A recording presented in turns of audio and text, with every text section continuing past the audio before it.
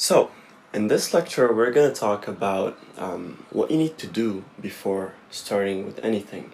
In the previous lectures, you guys are starting to understand some concepts that are crucial for proper time management, but there are certain things that you need to do prior to all of these things for you to be able to have a good kickstart at first. Because if you have a bad start, if you fail to plan how you're going to start, you're not going to be able to follow through.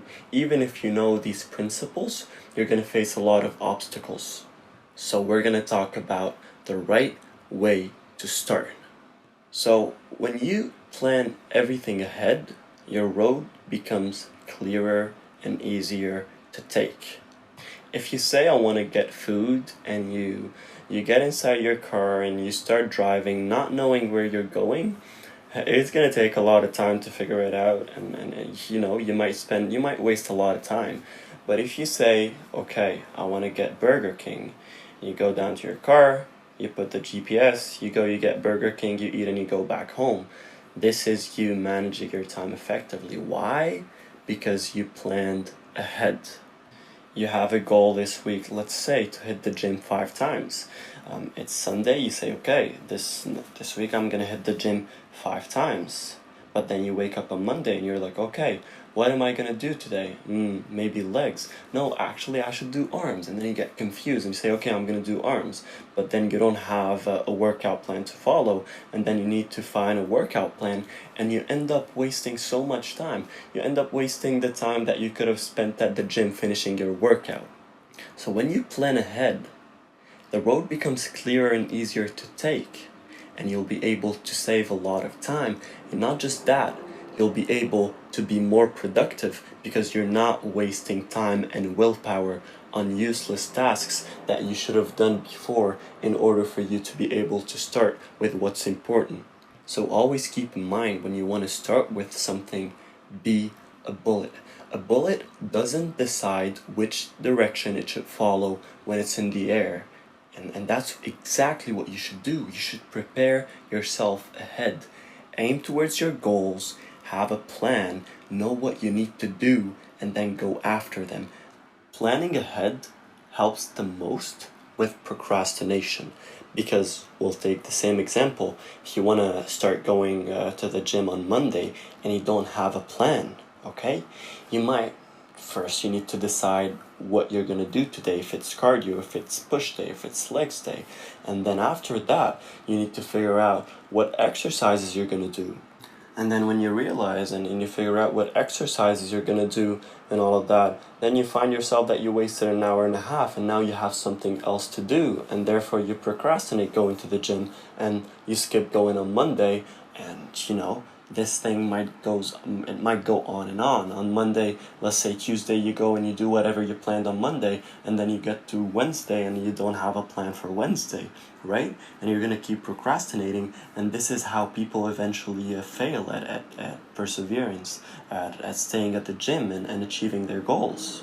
So the frustration of not knowing what to do next on the road to achieving a goal will give you a reason to procrastinate, and therefore you'll be stuck at your place. Sometimes you won't just procrastinate because you have something to do. Sometimes you will procrastinate just because you spend too much mental energy on figuring out the program that you need and whatever you're going to do today and what time you're going to go, that it just becomes frustrating, and your willpower gets drained because maybe you did other stuff before. You had work, or you had to take care of something, and then your willpower gets drained, you're frustrated, and therefore you procrastinate. But when you plan ahead and you know that tomorrow at 9:30 a.m. I'm going to go to the gym, I'm going to spend an hour to an hour and a half doing these 6 legs exercises, then you have a solid plan. 9:30, you go, you do it, you don't procrastinate, you come back home, and when you do that, when you have a plan and you follow it through and you finish it, most of us, you will feel good when you finish your workout, or when you finish your essay, or when you're finished whatever you had to do at work, you feel good. You feel the sense of accomplishment, and this will help you throughout the day. When you feel like, I went to the gym and I finished that, you wanna achieve more. You say, okay, I'm gonna go to work and I'm gonna finish whatever I have. I'm gonna finish my homework, because this feeling of accomplishment, as we talked before about how procrastination it has like a dopamine rush in your brain, but accomplishment has an even bigger dopamine. It affects your brain in a different way, but of course there's a bigger dopamine rush when it comes to accomplishing stuff. So when you plan ahead, you don't just skip procrastination and the frustration of skipping whatever you had to do, but you get the same satisfaction and even more that you would have gotten if you had procrastinated just out of nowhere, for you to be able to spend some leisure time, and you'll be able to carry on with the plan, or you'll be able to carry on with your day even more effectively.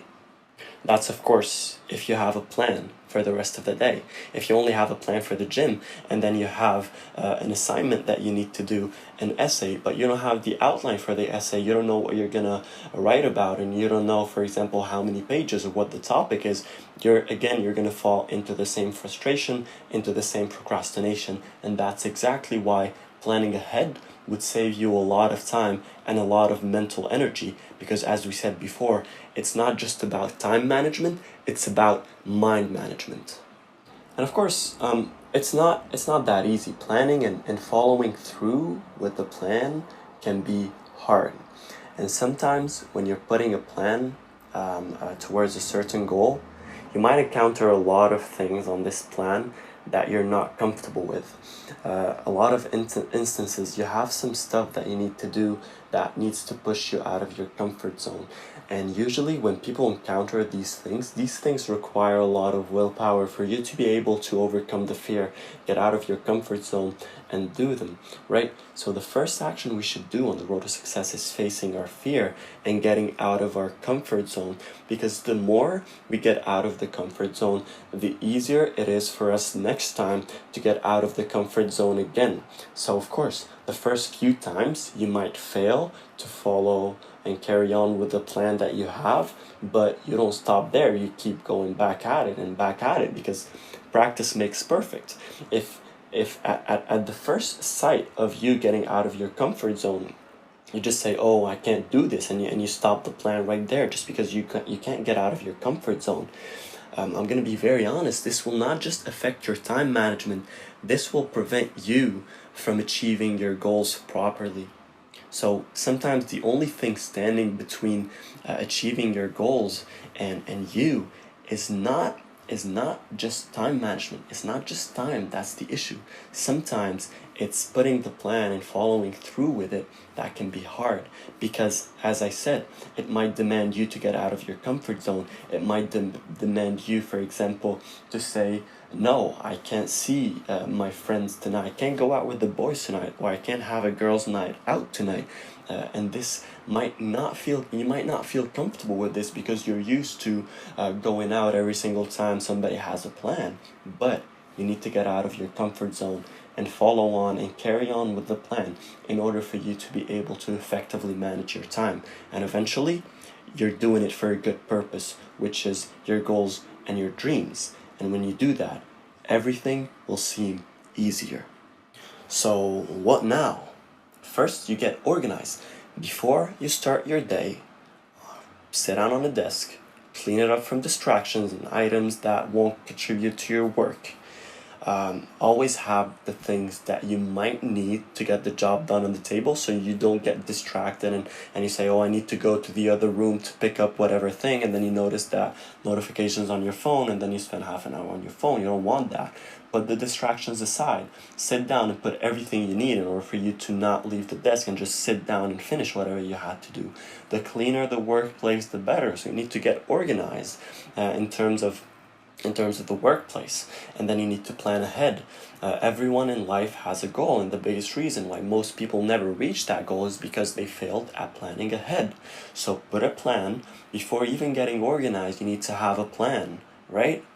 you get organized, and then you start after having your plan written down and you have everything organized on your desk or whatever. Look at the first thing that you need to do, the first thing on the list, the biggest priority that you have, and put all your energy and focus getting it done, and transform that motivation and kind of switch it on to every single task that you need to do, and don't stop until you're done.